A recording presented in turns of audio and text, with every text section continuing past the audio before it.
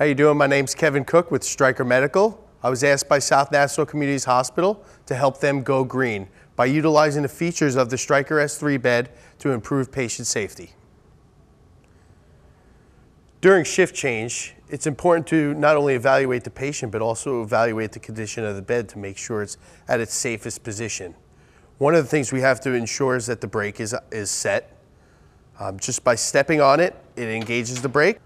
And then you also want to evaluate the side rails. You can bring the three side rails to the upright position.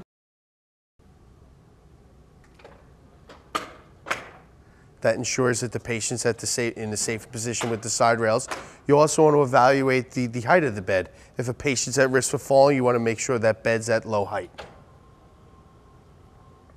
And the final features, if the patient is vented or with a feeding tube, you want to make sure that the head of bed is elevated to 30 degrees by pressing the 30-degree head of bed button. The iBed awareness feature is an additional feature that the Stryker S3 bed has to improve patient safety.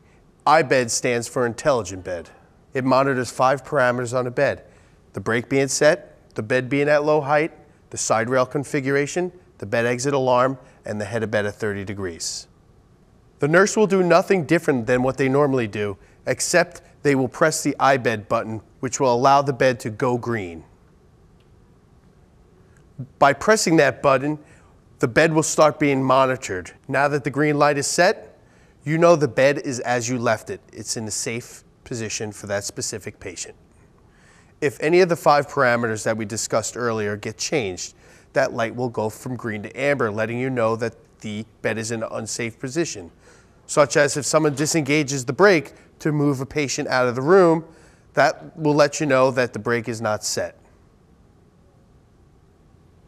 Whenever someone enters the room to address the blinking amber light, all they have to do is to go to the event monitor and see the issue. Just by correcting that issue, the light will go back to green.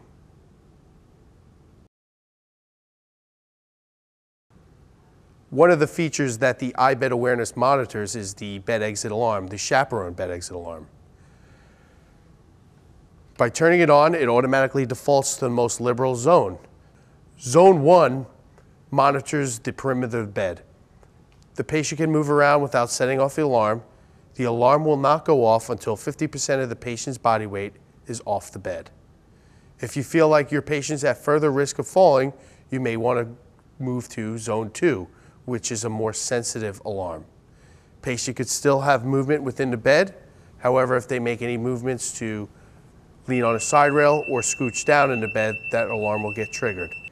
Third zone is the most sensitive zone, and small movements will set it off. To disengage the alarm, all you would do is hit and hold the arm disarm button for 1 second. Remember, it's important to go green, so once you address the bed exit alarm, it's important to reactivate the iBed awareness.